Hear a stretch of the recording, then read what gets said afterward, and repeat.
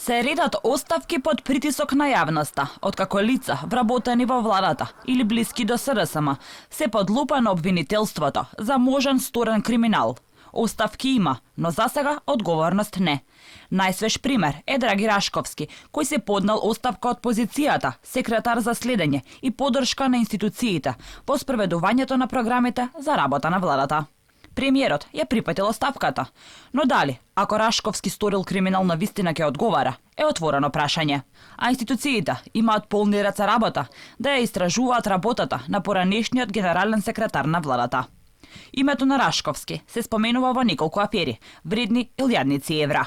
Вчера алсат обелодени дека екс-генералниот секретар ќе гради хациенда, голема над 800 метри квадратни, во скопската викенд населба Побожје, а како инвеститори се јавуваат неговите две малолетни деца. Јавноста прашува дали со плата од владата е можно да се гради толкава куќа.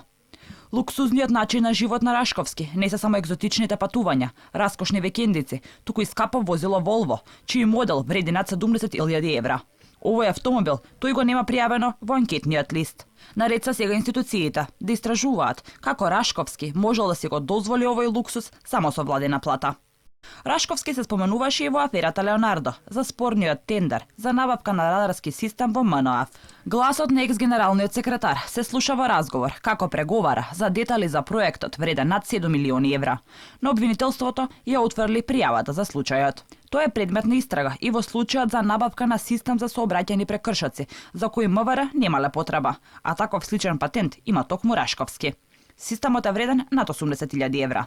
Ама кога се обелодени аферата, тој не беше во Македонија, беше во Мексико. Оти било ефтино, а и било и роден ден на сопругата.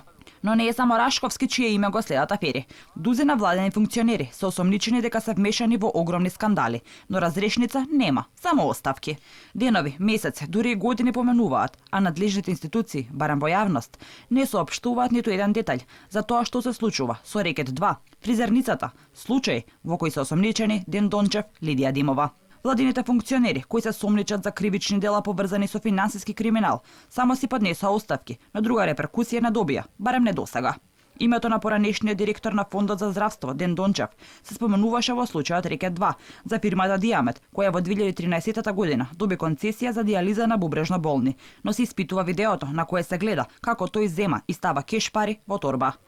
Лидија Димова, која буквално ја разгневи јавноста за давањето на баснословни суми на пари од европските фондови на фризерница, тренинзи на магариња, дегустација на сирења, беше разрешена и финансиската полиција и обвинителството отворија истрага за нејзиното работење.